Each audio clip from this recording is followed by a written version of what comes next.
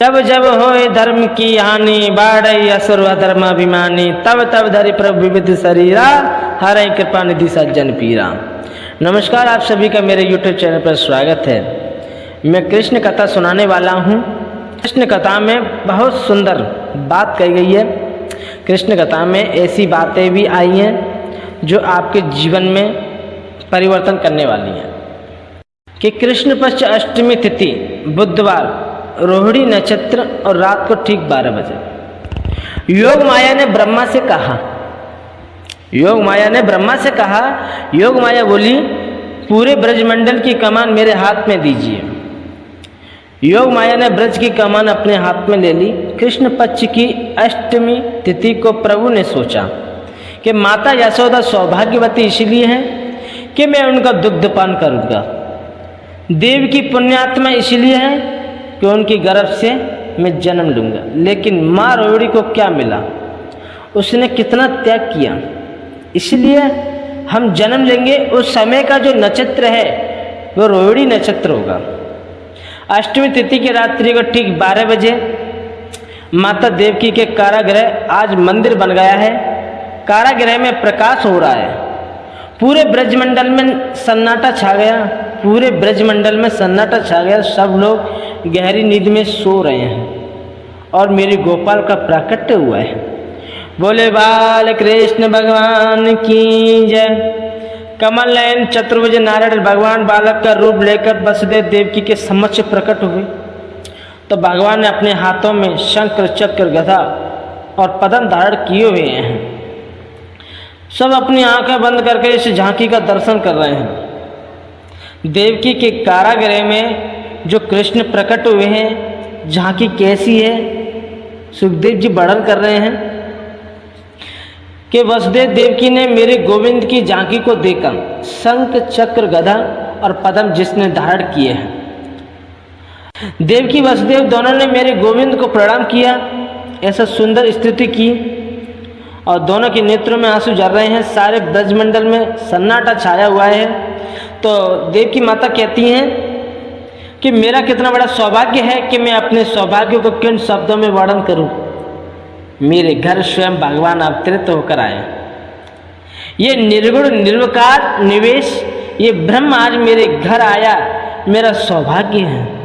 हे भगवान, मैंने संतों से सुना है कि मृत्यु के भय से भयभीत प्राणी 10 दिशा में डोलता है, पर इसको अभय नहीं मिलता। इसको अभय कौन दे? आपके चरणों का आश्रय ले ले तो मौत पर विजय प्राप्त कर सकता है। लेकिन प्रश्न यह है कि आप इस रूप में क्यों पाए? भगवान बोले, माँ आपको याद नहीं, स्वयं मनवंतर में आप लोगों ने मेरी जो तपस्या की थी और आपने कहा था कि आप जैसा पुत्र मुझे मिले, तो उस समय में आपका बेटा बना प्रश्न गर्भ। दूसरी बार कश्यप अतिथि बने तो मैं आपका पुत्र बावन बनकर आया, और इस बार वसुदेव देवकी बने तो मैं कृष्ण बनकर आया। यदि कोई ये कह दे कि आप हमारे पुत्र बन जाओ तो मैं एक बार पुत्र बनकर कार्य को पूरा करता हूँ। लेकिन अगर ये कोई ये कह दे कि आप जैसा पुत्र हमें हो जाए, वहाँ मुझे 3 बार आना पड़ता है। माता ने कहा, वो तो चलो ठीक है, आपको पुत्र बनकर आने को कहा था, लेकिन आप तो पिताजी बनकर पधारे। ये शंख चक्र गदा पद्मधारी, तो फिर हम आपको कैसे गोद में लें, कैसे दुलार करें? तो भगवान ने कहा, मैया मैं सत्य कहता हूँ कि मामा कंस जन्म लेते ही मानने चला आता है, इसीलिए हम सुदर्शन चक्र लेकर आए हैं।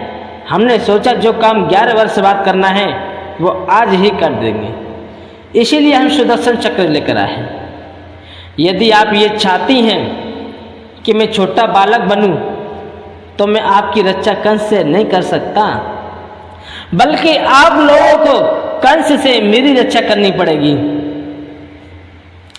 आप मुझे गोकुल पहुंचा दो। नंद पत्नी ने इसी समय एक कन्या को जन्म दिया है, हमें ले जाकर वहां सुला दो और कन्या को लेकर जाकर कंस को सौंप दो। तो वसुदेव ने कहा कि मुझे हथकड़ी लगी है, बेड़ियां लगी हैं, ये सब मैं कैसे कर सकता हूँ। तो गोविंद बोले इसकी चिंता मत करो, जीव जब मेरा आश्रय लेता है तो सारे बंधन को मैं खोल देता हूँ। भगवान के छोटे से बालक बन गए। भगवान जब छोटे से बालक बन गए तो देवकी ने गोद में लिया और अपना स्तनपान कराया। और जैसे ही वसुदेव ने कृष्ण को गोद में लेने का प्रयास किया सज्जनों, सो उनकी हथकड़ियाँ खुल गईं। और हथकड़ियाँ खुल गई तो डलिया में सजाकर कृष्ण को उसमें लिटाकर और जैसे ही चलने को उदित हुए, पैर की बेड़ियां भी खुल गई। मतलब क्या है, जीव जब कर्म करने का प्रयास करता है तो परमात्मा सहायता करते हैं उसकी। वसुदेव देव की हथकड़ियां पहले नहीं खुली, जब कृष्ण को लेने का प्रयास किया, चलने का प्रयास किया तो खुली। इसका मतलब क्या है, आपने क्या समझा? हम प्रयास करेंगे तो सहायता परमात्मा करेगा। यही मैं आपको समझाना चाहता हूं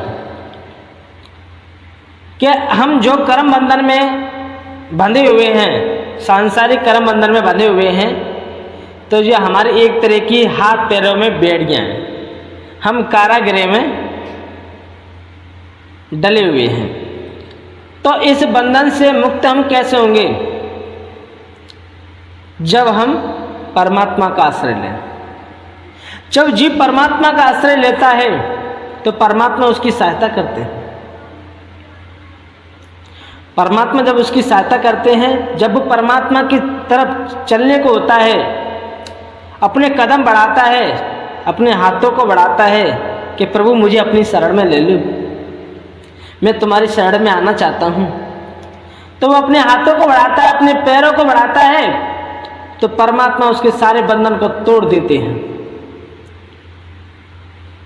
इसीलिए यहाँ पर जो उदाहरण दिया हुआ है वो बहुत सुंदर उदाहरण है कि जब जीव परमात्मा का आश्रय लेता है तो उसके सारे बंधन टूट जाते हैं, वो मुक्त हो जाता है, वो स्वतंत्र हो जाता है। तो मेरे प्यारे श्रोताओं, भक्तिजनों, यही मैं आपको समझाना चाहता हूँ कि ज़्यादा से ज़्यादा प्रयास ऐसा करें कि किसी भी प्रकार से, किसी भी बहाने से हमारा जो मन है वो किसी भी प्रकार परमात्मा के चरणों में लग जाए। परमात्मा के चरणों में लगने से हमारे जन्म जन्मों के ये चक्र हैं, जन्म लेना मरना, फिर जन्म लेना मरना, ये दुख भोगना, ये सुख भोगना, जीव इससे दुख से बाहर नहीं आता। जब तक ये इस दुख से बाहर नहीं निकलेगा तब तक वो परमात्मा का आश्रय नहीं ले सकता है। तो जिसे संसार से दुख बुद्धि है गई है और जिसको दुख ज्यादा होता है वही परमात्मा को याद करता है। दुख उन लोगों के लिए बुरा है जो सांसारिक सुख को भोगना चाहते हैं, और जो परमात्मा को प्राप्त करना चाहते हैं उनके लिए दुख बहुत अच्छा है, क्योंकि दुख में परमात्मा की जो याद होती है वो सुख में नहीं होती, इसीलिए दुख अच्छा है। अगर दुख अच्छा नहीं होता तो कुंती ने अपने पल्लू में कृष्ण से दुख नहीं मांगा होता, क्योंकि पूरा जीवन कुंती का दुख में ही निकला,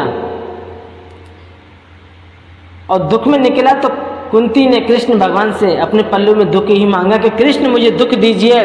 जिस दुख में तुम्हारी याद आती है, जिस दुख में याद होने का जो अनुभव है, जो आनंद है, जो विरह की जो पीड़ा है, उसमें जितना आनंद है उसमें सुख में नहीं है, इसीलिए तुम मुझे दुख दो।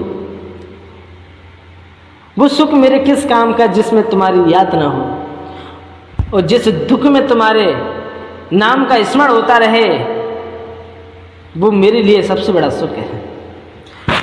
तो कहने का भाव मेरा ये है कि दुख से घबराओ मत। जीवन में जितना भी दुख आए, जितना भी कष्ट आए, उसको हंसते हुए सहते हुए उसे सहन करो और परमात्मा के नाम का आनंद लो। तो मेरे प्यारे श्रोताओं, भक्तजनों, मैं अपनी वाणी को यहीं पे विराम देता हूँ। जय श्री कृष्ण, जय श्री कृष्ण।